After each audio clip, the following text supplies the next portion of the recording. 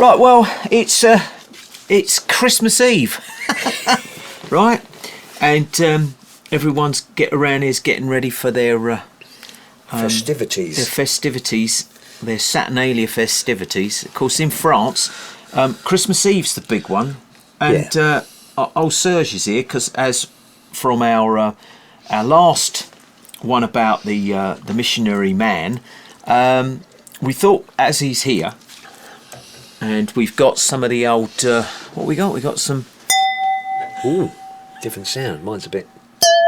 Oh, different sound. We know a song about that. We know a song about that. Yeah. We try and get a few of these done so we can spread them out over the next few weeks. So rather than do another one about another band or whatever, we do one that old Serge has been looking into, and he sent me a load of pictures, and a lot of this really came from watching Sam William in the City of London, because our grandparents used to live in the old Kent Road, and when we were kids we used to go up to London all the time. So we remember when the City of London used to be black.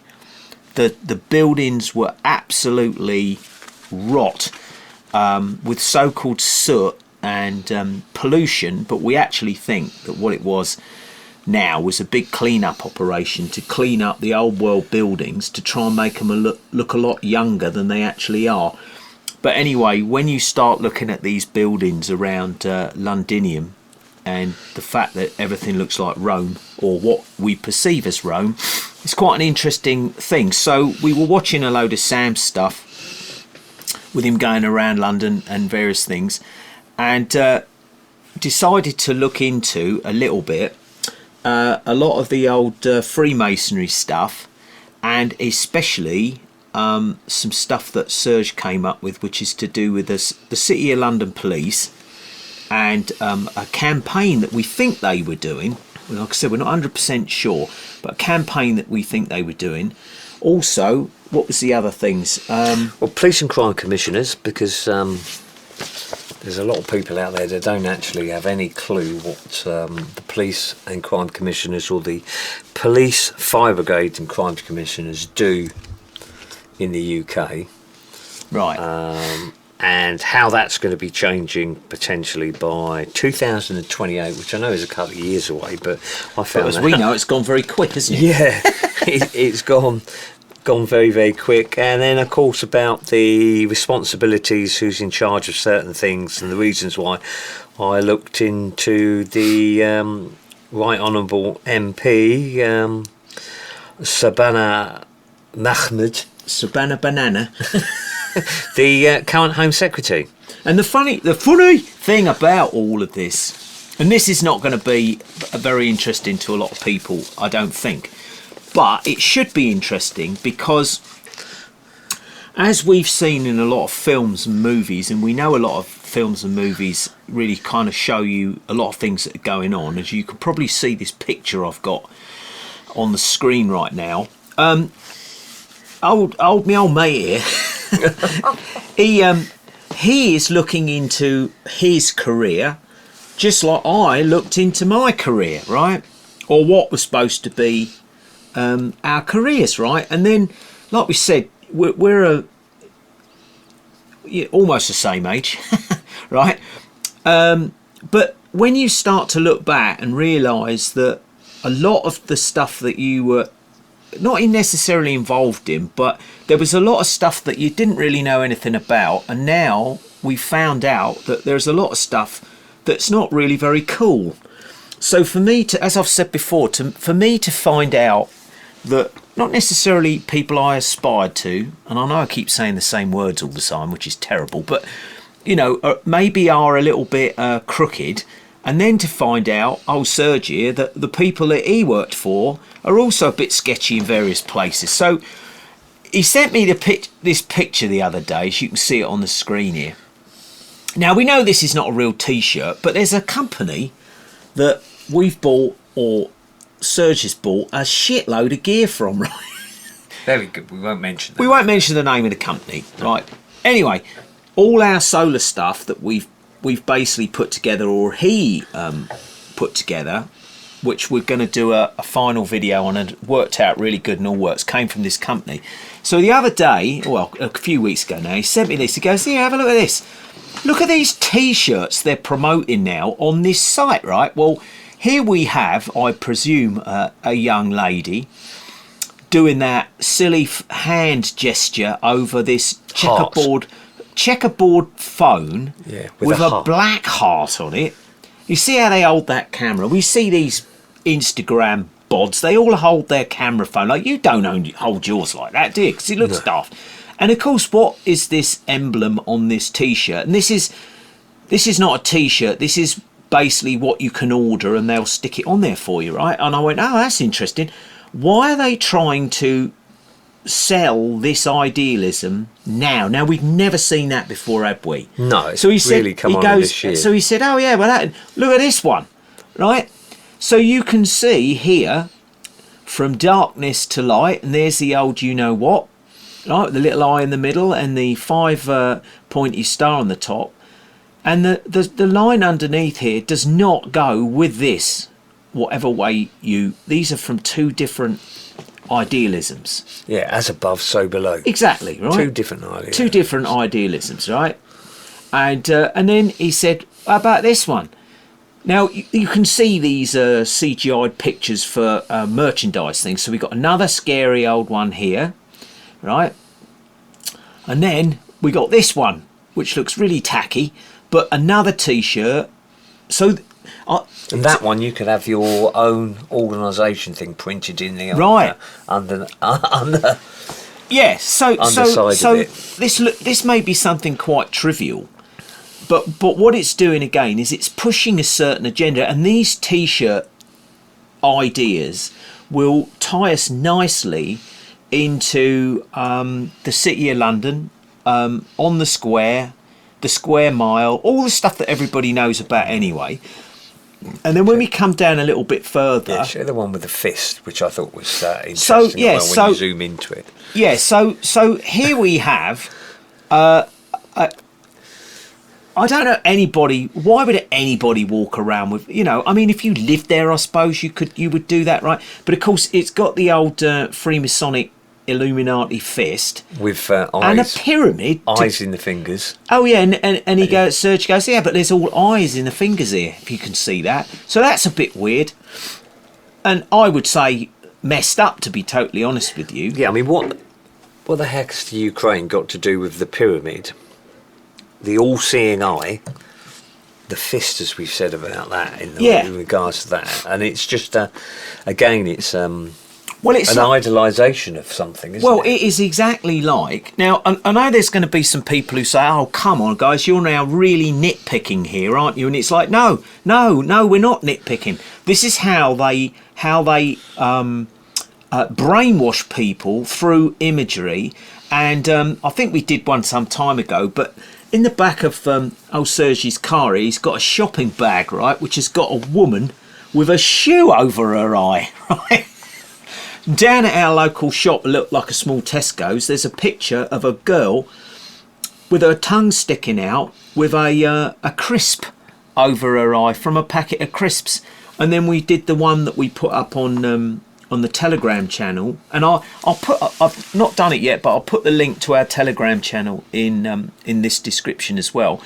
And we went down to the local sort of DIY shop, and there was a woman with a paint roller over her eye, right? And people go, well, what's wrong with that? And it's like, well, you don't realise what you're helping to push. Yeah, and as I said to you, I've not been able to get hold of the photograph. I've just done my Papa Noel thing, haven't I, for our organisation and all that, which is great, and some great photographs and great kids turn up. But one of the young girls that was there with a group of others wanted the picture with Papa Noel, and when old Mum went to take the photograph, she did the old 2-finger Baphomet symbol in both hands, stuck her tongue out and winked one eye, and I was just like, well, there we go. And how old was she? She's 8. 8, right? So there's an 8-year-old kid sticking its tongue out, one eye closed, doing the old Ronnie James Dio horns.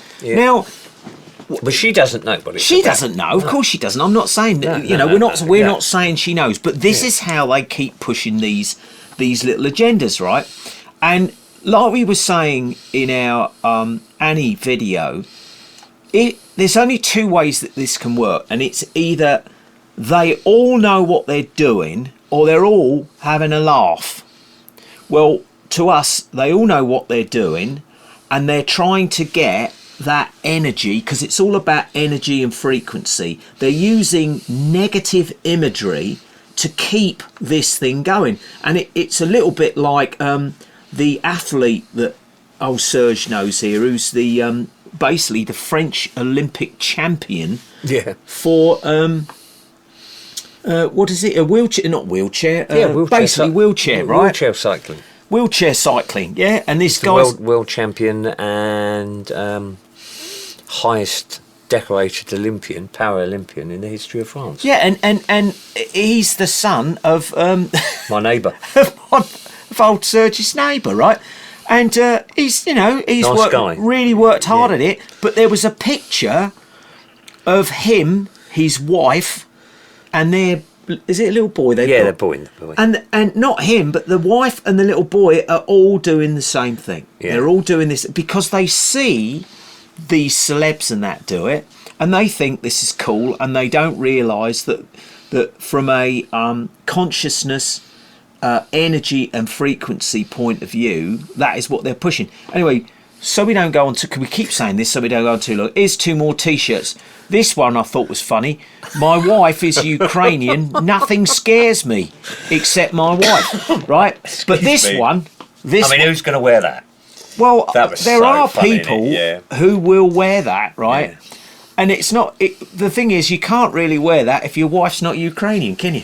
I don't know. But what about this one? Yeah. Look at this, Chernobyl, and it's written in the Disney style. Using the there's the six. It's written in Disney style, showing that. And of course, Chernobyl's a load of old crap as well. That was a big old stage setup. But in my opinion, but I thought that was interesting because this is an agenda push, right? And this will take us kind of smoothly into, well, we'll start with this picture. These guys, right? Yeah. Now, if you notice, New Scotland Yard, this is actually a pyramid on its side, isn't it? It's a triangle on its side. Yeah. There's no reason for it to be like that. And wasn't it all box? Was it not a square with four of them? What, because they had a budget, they can only get three sides? I mean, come on, right? And you said, didn't you go, when did they put that up there then? Because they never used to have anything, did they? When we used to watch Keep and Peeled with old, what's his name? Can't remember his name now, but... you know, where they were looking for crooks and they had those dodgy facial drawings and stuff like that. I think it was square then, wasn't it? I can't remember. Anyway, I can't remember. But that there... It's the more modern look, I think it said. Right, yeah. I can't remember when they changed it. We're not saying that all these bods that work in here are, part of that team. But here we go. Well, the thing is that a lot of people probably don't realise is that the City of London... you've got it up there. The City of London is a completely different or separate entity to London. Which is a city in itself, but was formed from the original part of what they classify now as the Golden Mile. Everything spread out from the central part of the City of London. And like you said, its history goes back to the Romans from 47 AD,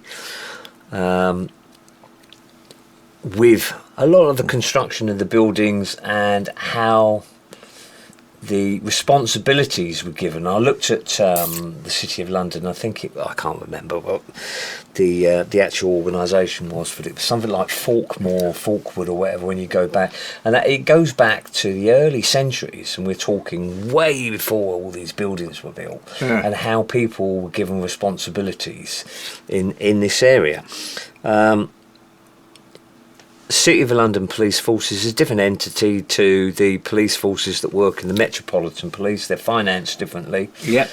And their laws and rules are different too. Well, there are certain differences. Yeah. I mean, they're consistent with the UK governance and the laws and the policy.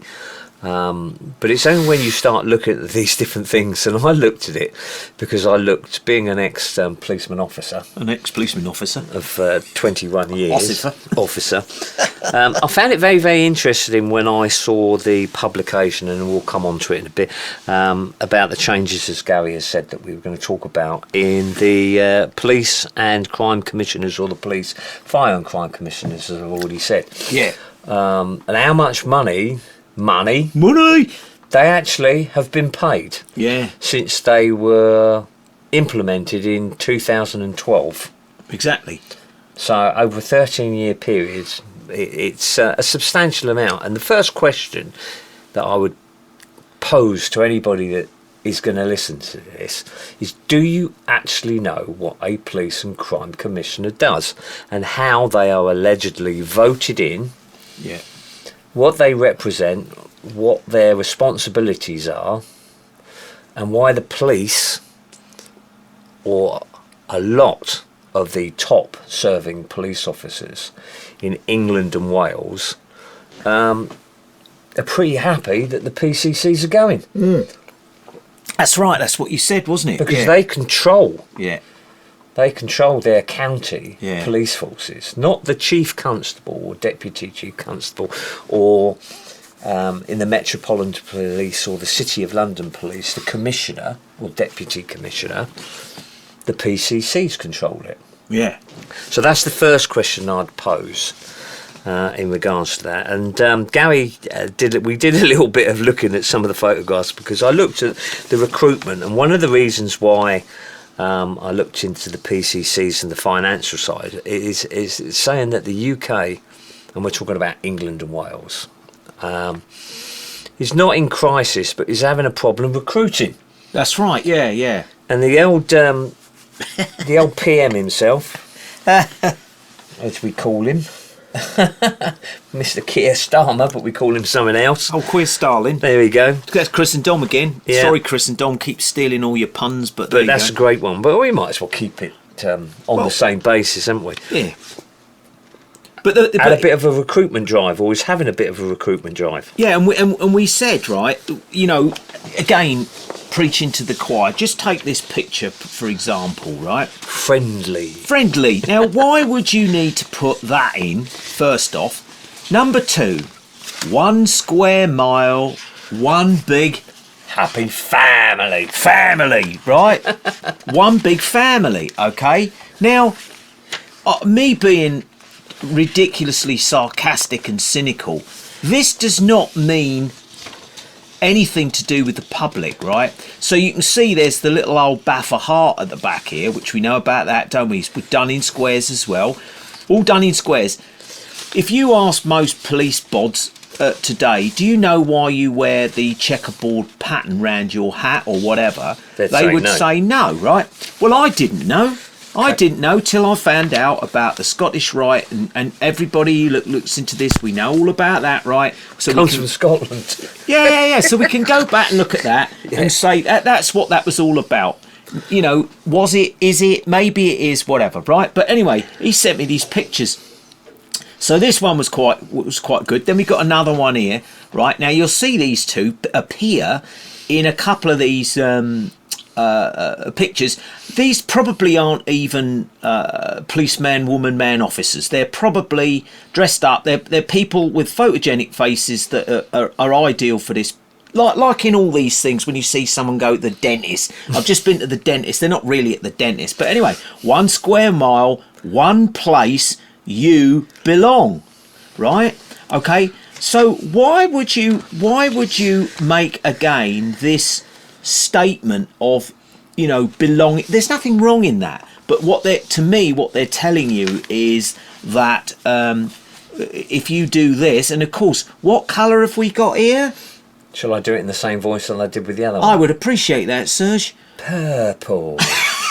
Just like Annie picking his award up, right? So you look at that and you go, all right, fine, no problem. But this is all coming out now, right up as we gradually creep into the let's get ready for 2030. Why would they want all these people to get tooled up? And I mean, this is some cool old kit they got here, right? What are they? Are they a bit concerned something might kick off? But the other one, that there's a couple here, and he looked into this as well. Like you said, they're wearing the old Victorian helmets here, aren't they? Yeah. Much more old style Victorian helmet. We thought this was funny. Make your difference. I don't think that's very good English, HM government, whoever or what bot wrote that. Be one of the 20,000 new ossifers. Yeah, right? when I looked at the thing yesterday, it talked about, I can't remember what year it said, but recruiting 13,000 more police officers and police community support officers, and within inner London, 3,000 police officers. Now, when I looked at the statistics, and there is a site that you that can was go weird, to, wasn't it? That was funny. about England and Wales. Currently, in the United Kingdom, England and Wales, there's 144,137 police officers. It doesn't actually say whether they're police officers or police officers and police community support officers, but I should imagine that's probably the fees, but the actual figures for police officers. But when you look at 1979, when it starts, there was 109,607. Well, that's not a very big increase. No. In security. Seeing as not over that time, no. Seeing as though we're living in... we're always under a threat of something. Threat of something.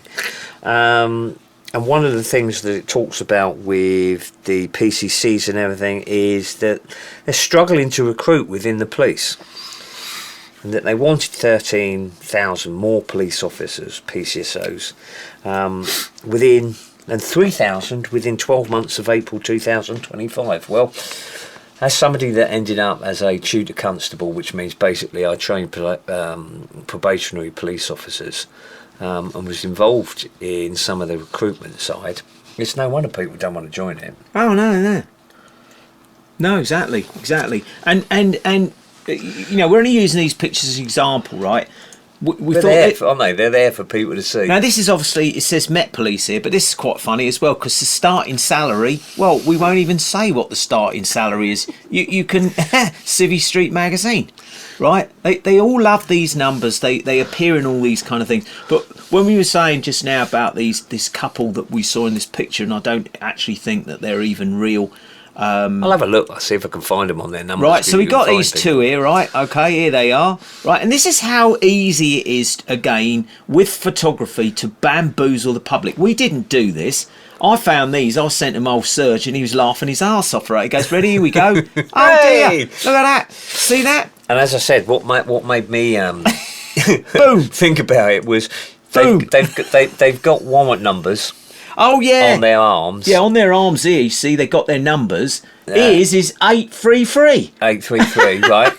And it's irrelevant what it is. I think CP is the City of London coding, because each force has got its own code. Yeah, she's just a 209. Right, but we know that either they didn't have hair there and he didn't have a beard, or when you go to the other one, he's got a beard and she's got hair, but there's no warrant numbers on there. There's no badges, but obviously these you can see this one has been photoshopped, right, because of the glow around there. But like I said, isn't it funny how it's 833, right? Of course, well, we know if an 8, if you take 2 3s and you mirror them, it comes out as an 8, right? And I'm not saying, but just ironically, but these are pictures that were put out showing 2 people, right, who are obviously the same person, that somebody has been paid to Photoshop them to make them look slightly different for a different... and they put on the recruitment one without the hair and the beard. That's right, yeah, exactly, right. But we just thought it was funny that right now, as we're creeping into 2026, slowly into 2026, that they would be making this... Yeah. You know... The old traffic one was funny. What's that one there? Yeah, they're traffic officers. Right, you know, it's also kumbaya, right? It's all nice, right? And we know, I agree 100%. We have got to have this kind of thing in our cities, otherwise things would run amok. Yeah, I wouldn't have done it otherwise. No, but only. But I learned a lot. I've learned a lot since being only if these people retired actually understand that their job was supposed to be supporting the public, not supporting people that do disastrously awful things to other people. So, but it's interesting, it all fits together, and the T-shirt thing just happened to fall in line with him sending me these things at the same time. I think this all turned up in just a day, didn't it? Yeah, look, here they are again, seeing the campaign, right? So we're going to have a little look into a couple of things here, but what I wanted to show you quickly to get this out the way, and again, talking about how pictures from yesteryear are also tampered with, right? I just sent him a couple of these because we're going to do something on this. Because we were talking about, because old Serge here was also in the army, right? So he's seen things get blown up. action man. Yeah. The only thing he wasn't was an astronaut and a train driver, right? But look at this picture here, right? This has got nothing to do with our sujet matter. There's a giant hole in the ground here where something very serious has exploded. But when you look over at the shops here, none of the glass is broken, and all this bloke's fruit and veg is still perfectly in front, inside the window. Not possible. Not possible. This is a fake picture. The street lamp's not damaged either, right? And the point of bringing these up, because we're going to look into this, is Neil's been on explosive exercises, and he knows what happens when something quite small goes off. Well, I mean, as a serving police officer, we used to have to go down and cordon off areas of the beach. When a sea mine came in or something. Yeah, when a sea mine came in like off a hot fuzz. No, but when a shell appears, I remember in Bexhill going down there with a number of my colleagues and cordoning off the area, waiting for the ATOs to come in to detonate the device.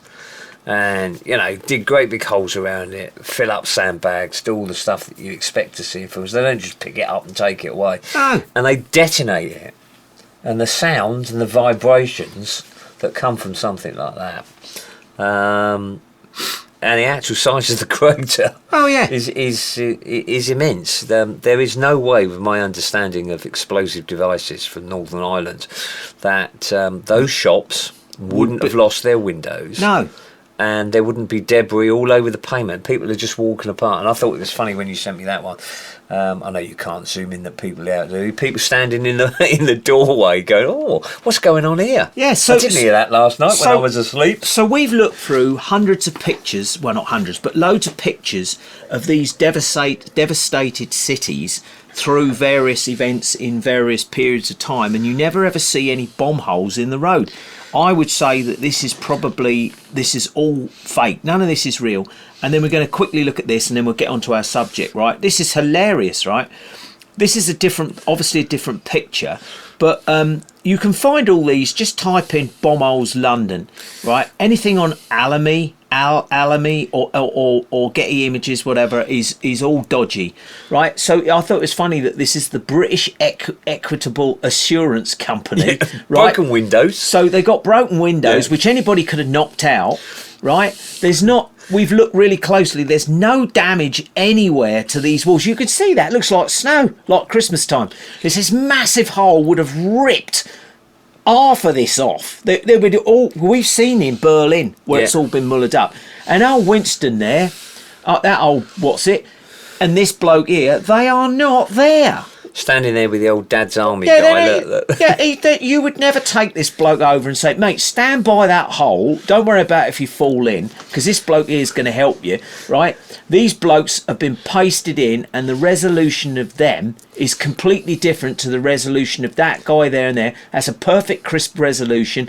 They are probably looking at, I don't know what. He's going, "Oh, look, a daisy on the floor." It's not, with the camera equipment, and again, knowing about photography and that, the camera equipment, it's not possible. It wasn't possible in those days. And he hasn't got any dirt on his stick. Completely spotless. And what I liked with that one that you sent me, and I know we can't zoom in here. We've got to figure out how we can zoom in on that. The woman smiling. Oh, she's Oh, got no, it's Winston. It's Winston. People that watch this can freeze it and zoom in on it. But yeah, she's grinning her head off, right? And look, these pillars. Look, how come this is such a mess? But the British Equitable Assurance, what's it, is perfect. It's not even damaged. Yeah. Anyway, that's a side shot. So what we're going to do now is we're going to look at City of London. Right, yes. Now Sam's thing on City of London, that's the guy to go to, right? Got to go and watch him. He everything that he talks about just kind of makes kind of common sense. But these came from Wikipedia. From Wikipedia, right? And this is the old stock exchange. And when you look at this and you say to yourself, well, what was all this in the first place? Because this has all been put on after. Later, isn't it? Yeah, after. Right, yeah. On later. And I think this is the thing with the flame on the top. Yeah. Right, that's interesting. And then he said, well, all these very, very interesting. We saw Sam go to this. Yeah, Leadenhall Market. Yeah, I mean, unbelievable architecture, right? There's no way you could even attempt to make this today. No, and if you think about what we've read about how much of London was devastated in World War II by the bombs that were dropped on it. Yeah, what happened to that then? Why didn't Buckingham Palace get hit, and why didn't the Houses of Parliament get hit? Exactly. Stuff like that. Just other questions. That's called bankers. Yeah, that's Bankers the old, Junction. what's it there, isn't it? Right, yeah. That's where all the money's apparently hidden. Yeah. Right, but none of these things seem to ever get damaged. But this is all, of course. And what's the shard about? Yeah. I know they call it a shard, but what? Yeah, what is this? It's just ridiculous, isn't it? But sort of picking holes here. But the other thing he said about when we were reading this stuff off of the wiki page. Of course, this is the Guildhall, right? And I went for singing lessons. So that I could play drums and sing at the same time, just backing vocals. And I studied with a woman called Jane Metcalfe, who was one of the lead singing coaches at the Guildhall in London. And I'd never seen the building, but of course this has got the old typical stuff that you see on all these buildings around the world, including India, which are obviously something to do with the ether and stuff like that. And then he goes, and then of course we looked at, this. I couldn't find the number. The Gherkin, that's called the Gherkin. But with this church right in front of it. That's number 30. Yeah. I think it's St Mary's. Something like Avenue that, isn't or it? St Mary's Road. Yeah. But I couldn't actually find out what number the Gherkin was. But I should imagine, depending on which way it goes, it's going to be a 33 either way. Either side. Now, Sam's just done one on. He said school in the police about 33, and he spoke to these two really nice police guys, and they were like, wow, he was showing them all these different places, all numbered at 33. But again, like I said, the point of this was to then go over into this young lady. Right. You said it was quite funny that she was in black and white. Yeah, she's in black and white. Everyone loves a sailor. Everyone loves a sailor. She's in black and white, right? And here she is with these bods, right? With their outside the Guildhall. Outside the Guildhall with their super what's it gear on, and she is She's the older woman. The older woman. The older woman of this organisation, right? Right. The Alder Court is the oldest court in history in the United Kingdom. Yeah. Right. The aldermen. There's 25 of them. 25 serving aldermen. Who, when you look into, or aldermen and women, when you look into them, and we won't look at all of that part, we'll bring these other bits up in a bit, they're the people that basically run the London Corporation. Yeah. As it is known now. Yeah. And she's in charge of them since she was elected to the role in November 2025 of Lady Mayor of London. Yeah. 697th Lady Mayor. But she's only the third female mayor of London. Yeah. Now, where he just said about the corporation, right? What people don't understand is like, and I didn't know this, in the US, you have the United States, and then you have America, right? And one of them is a corporation, right? In Britain, you also have the same thing. you have that was the old dog. You also have the same thing where you have. So I'll go and check. Yeah, you go and check. I'll ramble on here. I'll do a little bit. He's going to check on the through dog. and you can go through the Right. other bits. So that are on yeah. So in America, you've got America, and then you've got the United States. Okay, and then in Britain, how we read it, you've got Great Britain, and then you've got London, and you've got the City of London, and the City of London, like the Vatican and like Washington, are basically classed as countries on their own, okay, where their rules and everything are slightly different. So let's see if we can pause this whilst he's gone upstairs. Hold on, we're continuing. Yeah, so anyway, where have we got to? So he pulled up this and of course dames and OBEs, MBEs, all this kind of stuff. Now, I'm not saying this person's a dodgy or anything, but well, yeah, actually that's what we're saying, right? Well, not dodgy, but this, influential. Has been very influential in everything that she's done, which is probably why she was elected. Yeah. If we believe that the elections aren't actually rigged. So this all ties into, in a way, into what we were talking about again, like say, City of London, the City of London Police, and then what you were talking about with the what they called again. Did we go right into that? We didn't. Did No, we? we haven't done that yet. Right. Police and crime commissioners. We'll finish with that because that's quite. Yeah, a we're going to dry finish subject. with the police and crime commissioners, right? But this person here, he pulled this up for me, and you know it's only when you start looking into, let's just say somebody who's 62 or whatever they are, 62 years old, right? When you work for Thompson Tour as a tour operator, right? I didn't realise that Thompson was German. It's a German company, right? Anyway, leisure and travel tourism. This is what happens. You end up as the Mayor of London. A bit like Dick Whittington, which I find quite difficult to believe. And also... Oh, there's the actual picture. Yeah, he pulled up this one about the ward of Aldersgate. And of course, this person here was elected to represent the Aldergate ward, right, on the court of aldermen, right? Here we go with all those things that you were talking about, Langley, and also served as the sheriff of the City of London, right, like the Sheriff of Nottingham, played by what's his name in Robin Hood. But it like Chris and Dom, or especially Dom, when he goes through all these people and how these people are connected. Is it actually possible to do all these jobs and be involved with all these organisations in this short period of time from when you're 30 odd years old? I don't think so. I think that I found it quite interesting, and you'll bring a couple of bits up, particularly with the emblems.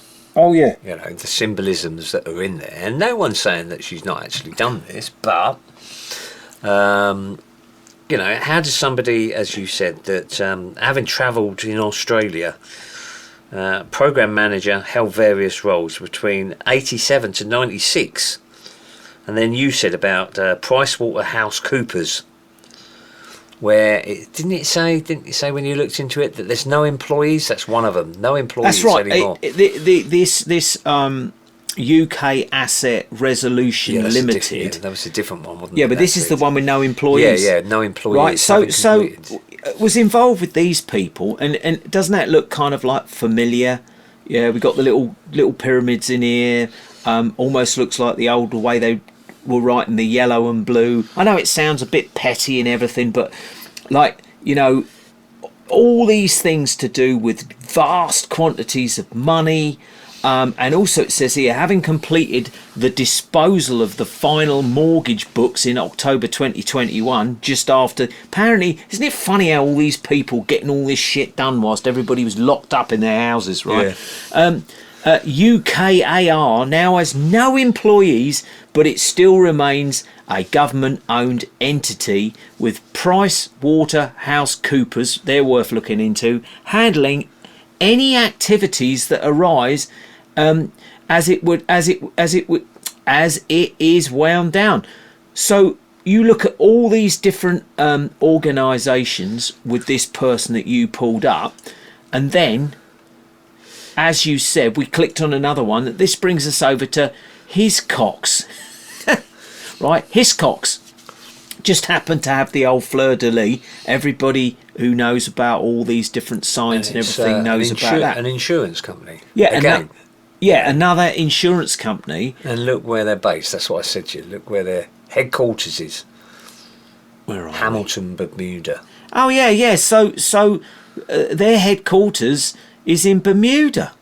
Specialists in property, casualty. Come down because it's in there. It's easy. Kidnap and ransom, marine, aerospace, and hackers. Hacker products, and political risk, right? Political risk, right? What is political risk? Political risk insurance is a type of insurance that can be taken out by businesses of any kind against political risk. The risk that revolution or other political conditions will result in loss. Right? Now, apart from when you looked at with the insurance side of thing, I can't remember which company that you said it was, that they were taken to court because they refused to pay out any insurance loss during the that's right, the COVID-19. That's right. Yeah. It was one of these companies here. What it said was that where is it? Let's see if we can find it. Can always edit this up anyway. But we'll find there it is. It is here, right? In March 2014, Hiscox acquired a blah blah blah blah. In October 2014, USA launched a new brand platform, Encourage and Courage. In 2020, the forecast its COVID-19 claims would reach $387 million. Dollars. Net of reinsurance. In January 2021, it added a further 48 million to its estimate for the COVID-19 losses. The followed by the UK Supreme Court's ruling in favour of the customers who had challenged the company's decision to blah blah blah blah blah. So again, with this, no disrespect to people that perhaps worked here.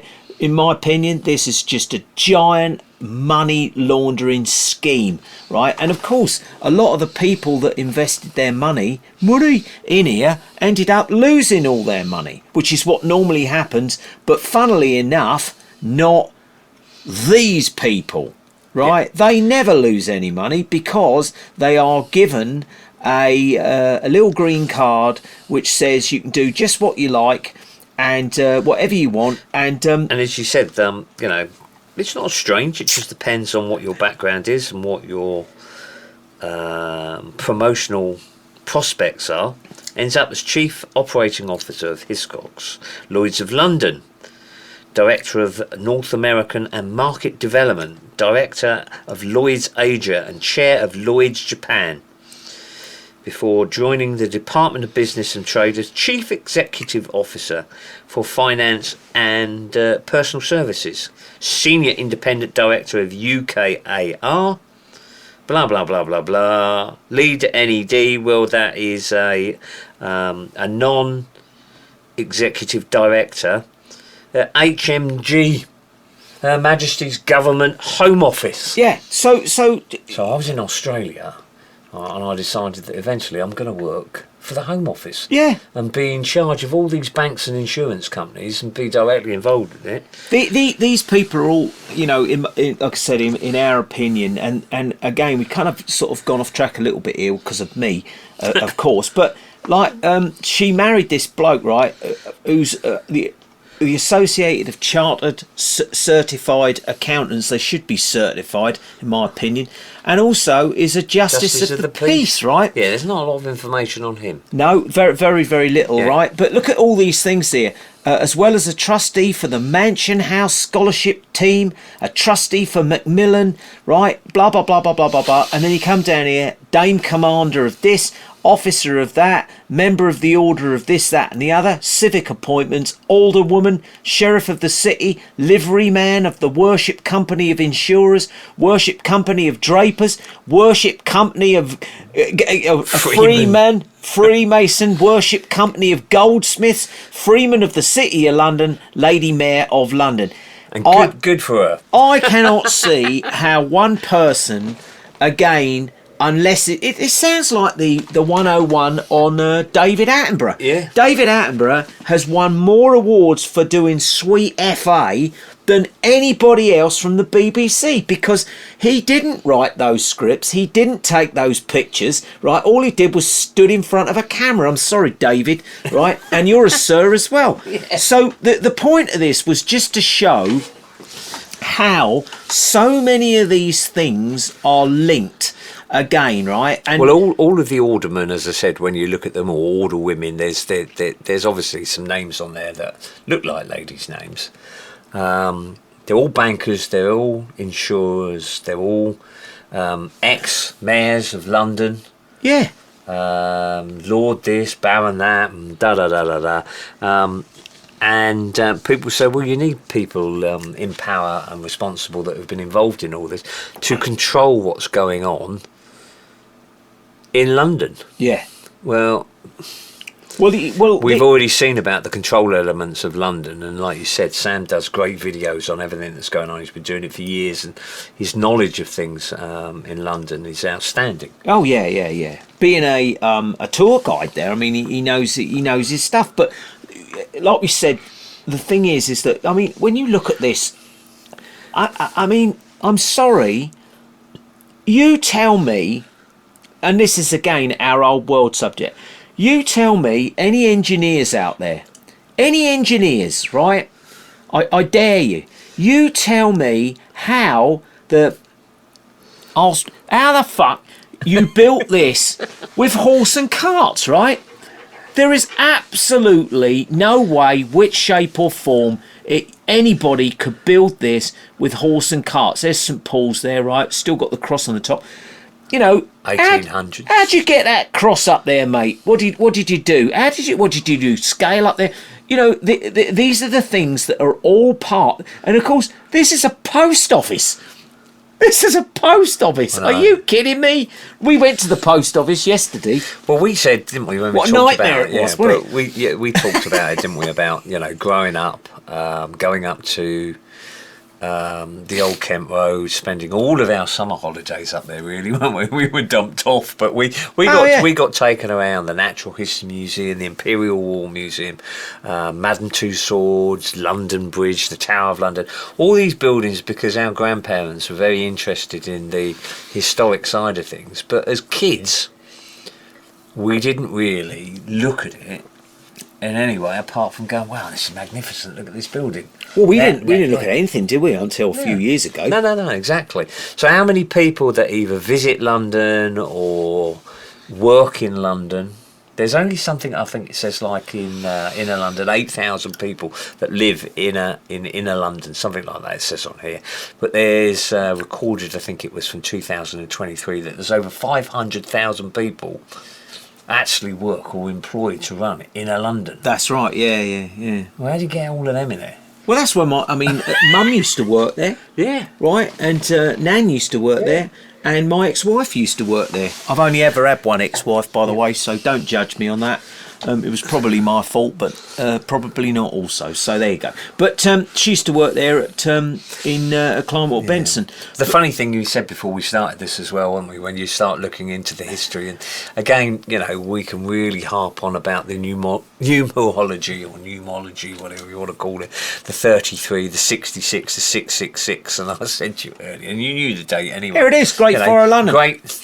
1666. 1666. Just take off the one, mate. There you go. All these numbers add up.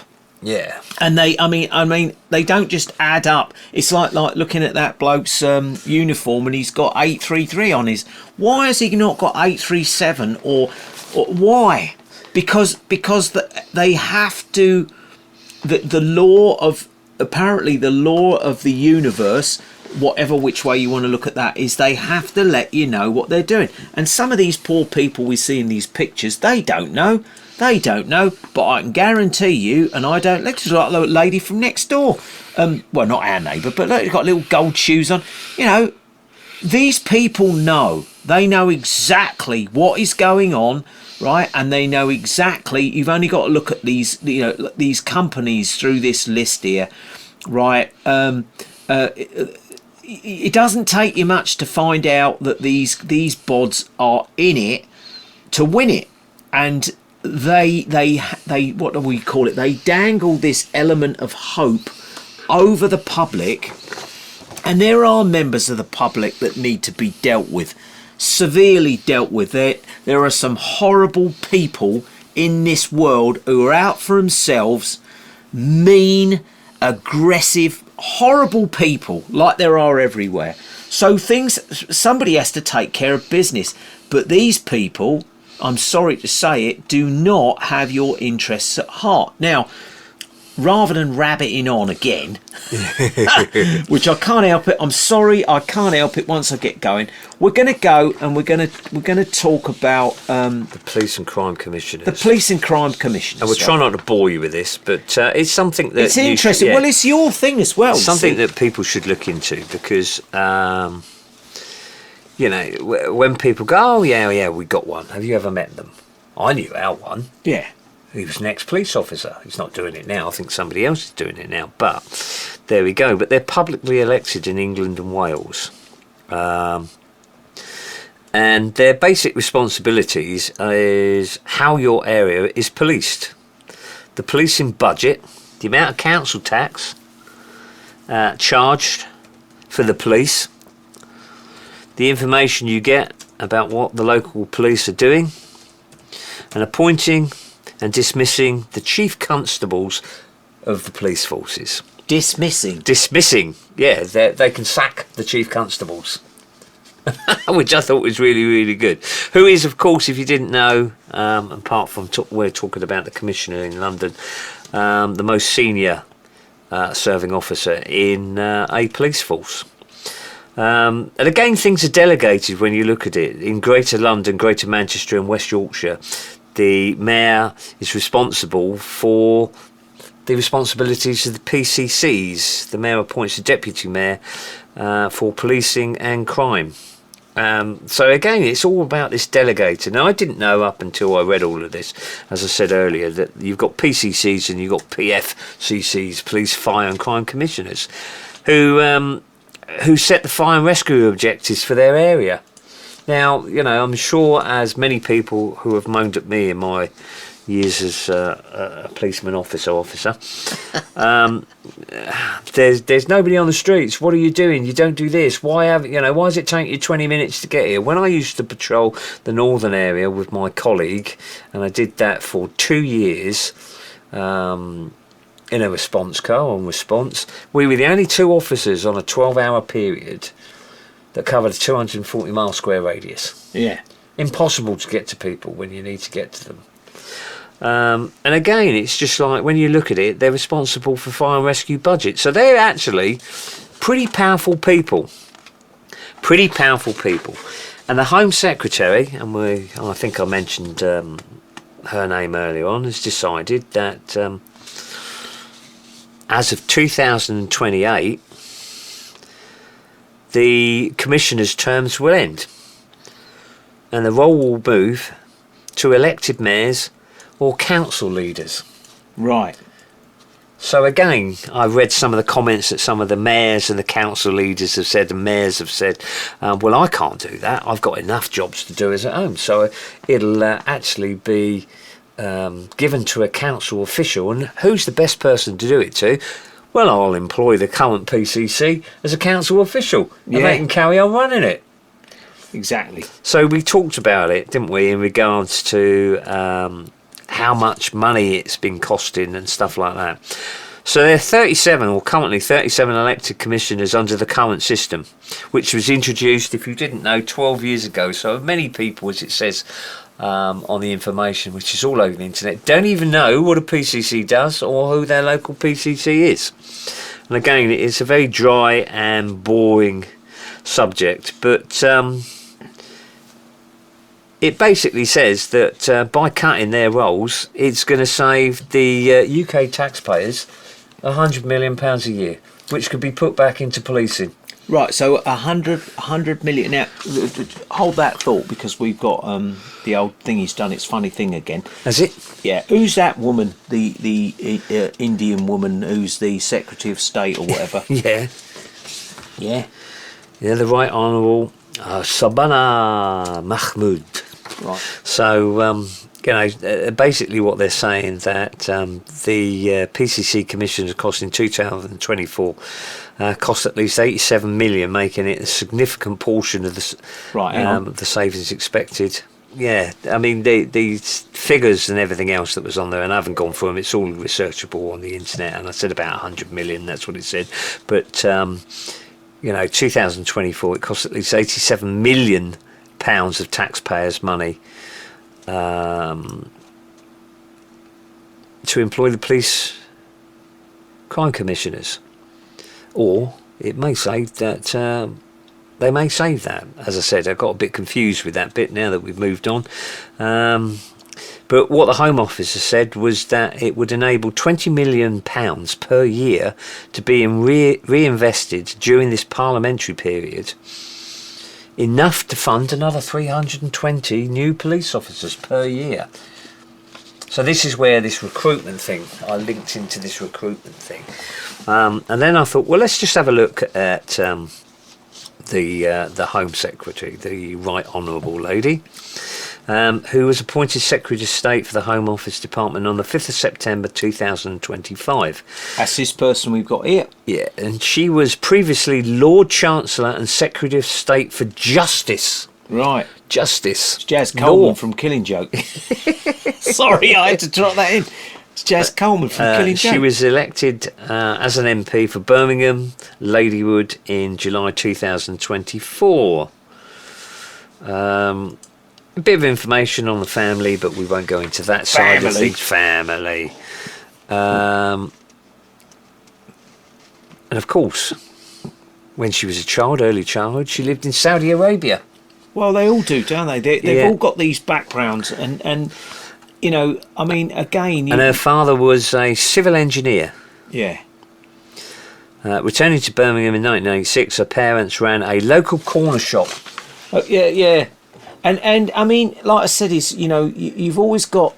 yeah, we'll come on to that bit in a minute. You've always got this going on, right? They either support one side or the other, and information talks about her schooling, all the other types of things like that. Went to school, School of Law, 2023, where she actually qualified in law, which is why she ended up where she was.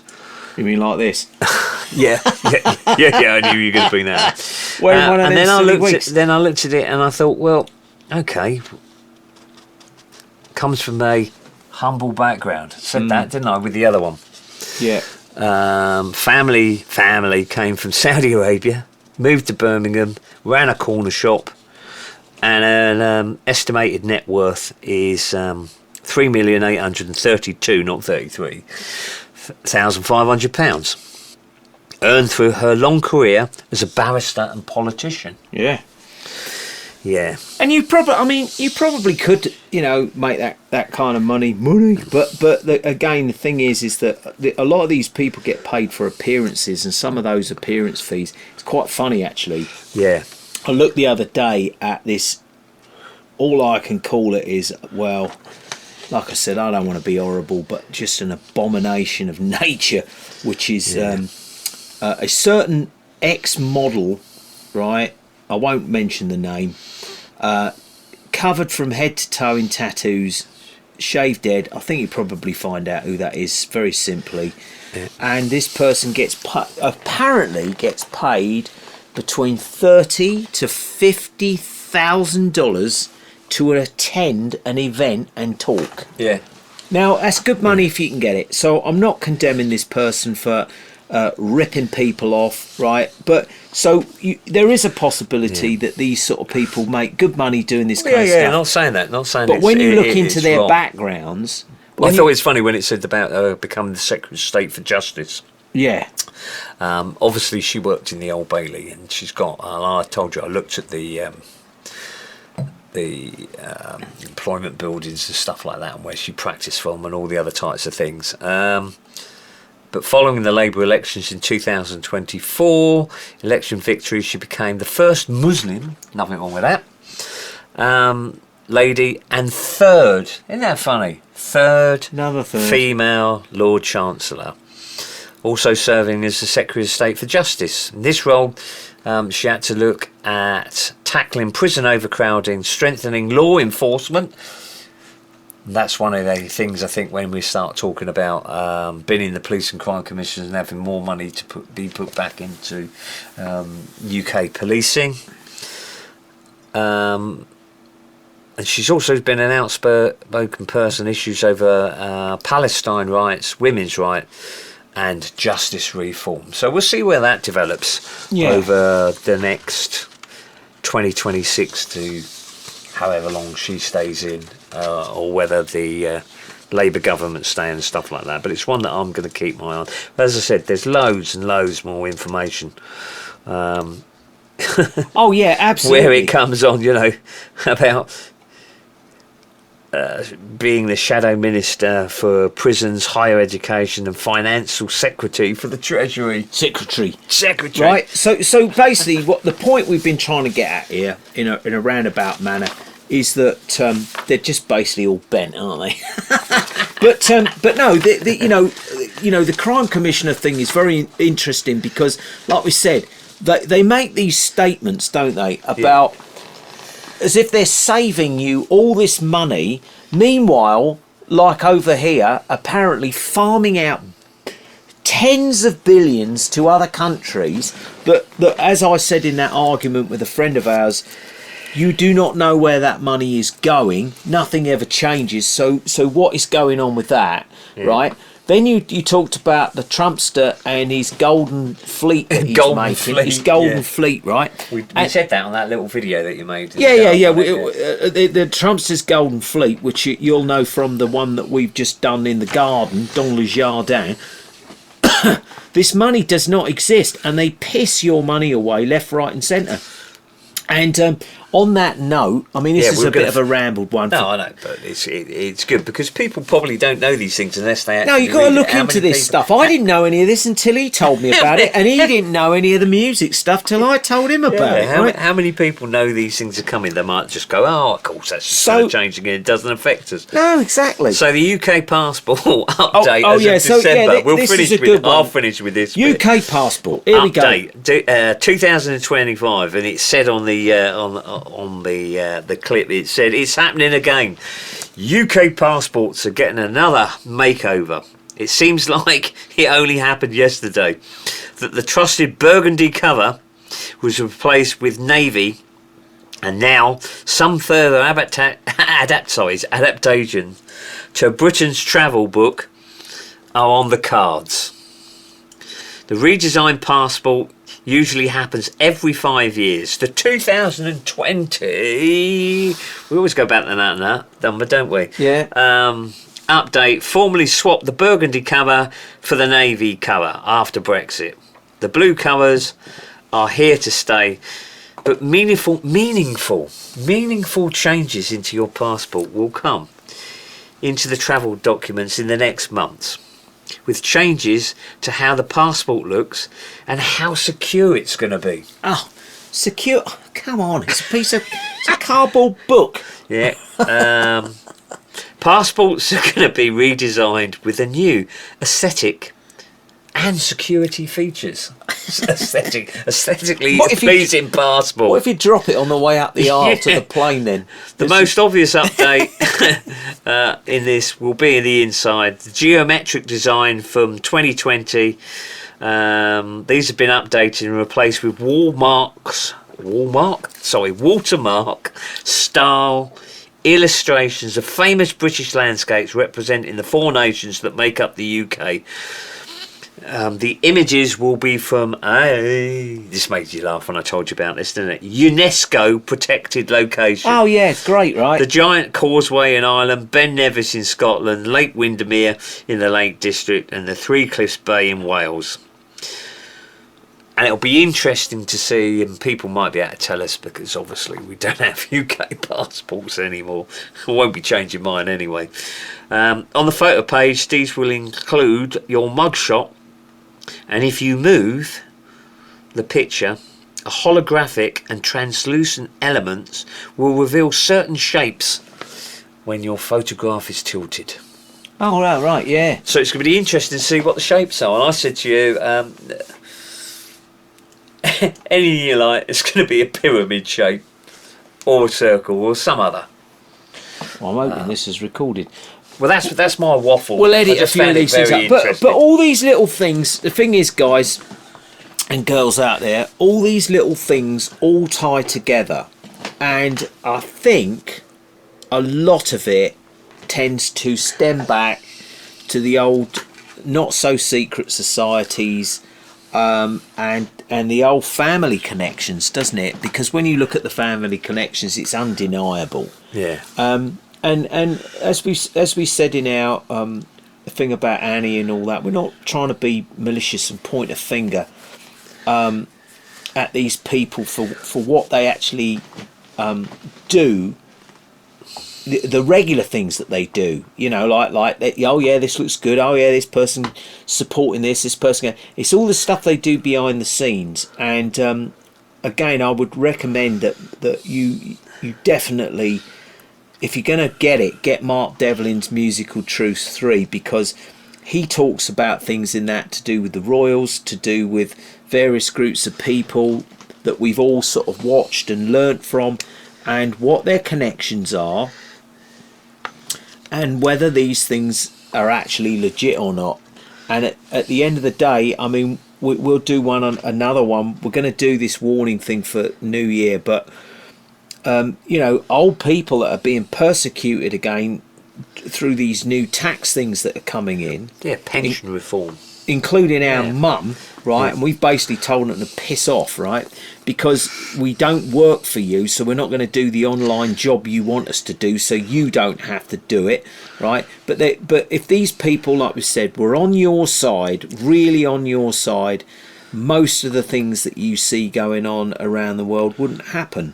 So from music to athletes to politics to army to police to whatever, there's a group of people that work in those businesses, and there's a group of people that control those businesses, and most of the people who work in those businesses don't know that, do they? No. Like the people who work for the big shows, the people who work in the movie industry, the people who work on the streets of London, the people who join up, you know, because they're going to go for a career, and they don't realise what they're letting themselves in for. How they're going to be treated after it all comes to an end, that's another story, isn't it? Yeah, well, I mean, that was my main thing when I looked at it, you know, the way, if I can say it, the way I feel that both myself and my wife, bless her, who's no longer here, unfortunately, were treated after our medical retirements, or prior to our medical retirements. Yeah, you're out, mate. That was it, wasn't it? Goodbye. You know, after